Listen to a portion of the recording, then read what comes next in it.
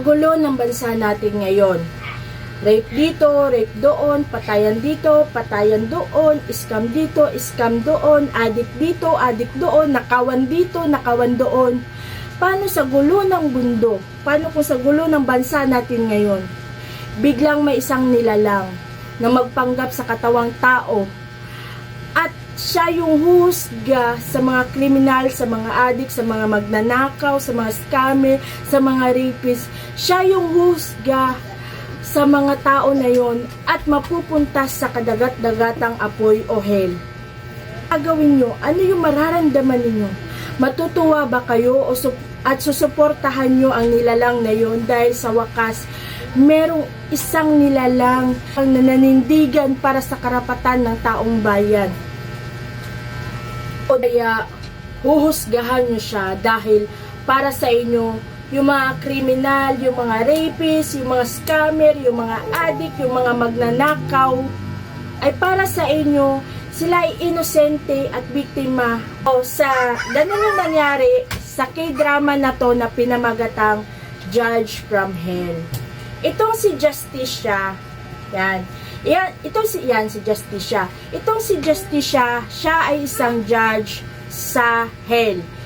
Isa siyang demonyo na judge mula sa hell, na kung saan lahat ng mga kriminal na namamatay at pumupunta doon sa hukuman niya at siya yung nagbibigay ng parusa para yung mga taong kriminal na yon ay mapunta doon sa kadagat-dagatang apoy o hell.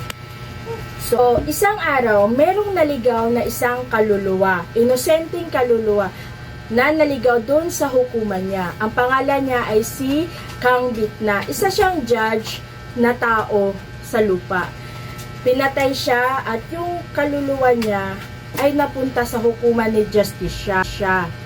Wala siya sa listahan ni Justicia sa mga kriminal or masasamang tao. Wala siya sa listahan. Kaya lahat ng dumadaan doon sa hukuman niya, para sa kanya kasi ay masasamang kaluluwa. Kaya agad niya itong hinatulan si Kang Bitna na masama, na tinatakan niya agad ng hell or gema dito sa noo. Minarkahan niya agad na ito ay isang masama. Pero sa kabilang banda, sa hell, meron silang rules na once na matatakan ka na ng gema dito sa sayo na patunay na isa kang masamang tao, isa kang masamang nilalang. Yung leader nila sa hell na si Bael, mataas siya sa lahat ng demon, isa siyang leader. Pinarusahan niya si Justicia na pumunta sa lupa at kumalap ng 10 tao sa loob na isang taon.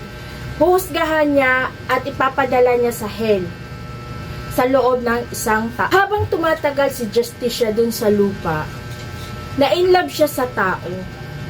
Meron din silang rules sa hell na kung saan lahat ng demon na pinapunta sa lupa at binagyan ng mga misyon, bawal sila magkaroon ng damdamin para sa tao. Bawal silang ma-inlove, magkagusto at umiyak o maawa dahil isa silang demonyo.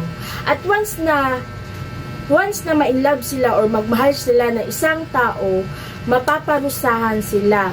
Mawawalan sila ng kapangyarihan and worst, mamamatay sila na parang bula. So, itong si Kang Bitna na in-love siya sa isang tao, Justicia, na in-love siya sa isang normal na tao. At nalaman ni Bael kung kaya tinanggal yung kapangyarihan niya. Pero naabsuelto din naman siya. Kalaunan ay naabsuelto din naman siya. Dahil yung tumakas sa hell na si Satan, pumunta dito sa lupa para gusto maging immortal at maglaganap ng kasamaan, nahuli ni Justicia at pinabalik niya sa hell. So, naabsuelto lahat ng kasalanan niya kay Bael. Tapos, sinabihan siya ni Bael na pwede ka nang bumalik sa hell, pero sa isang kondisyon. Hatulan mo muna yung isang kriminal na maraming pinatay. Hatulan mo muna at ipadala mo sa hell. Pagkatapos, pwede ka nang bumalik. Ang tanong, gagawin ba ni Justicia yon? Hahatulan ba niya yung kriminal na yon para makabalik na siya sa hell? Or mananatili na lang siya sa lupa, pipiliin na lang niya na maging mortal para patuloy niyang mahalin yung tao na walang kapangyarihan? No? Ano kayang gagawin niya? Malalaman natin yan kung papanoorin nyo yung K-drama na to na pinamagatang Judge from Hell. O siya, manood na kayo. Yun lang. Ingat.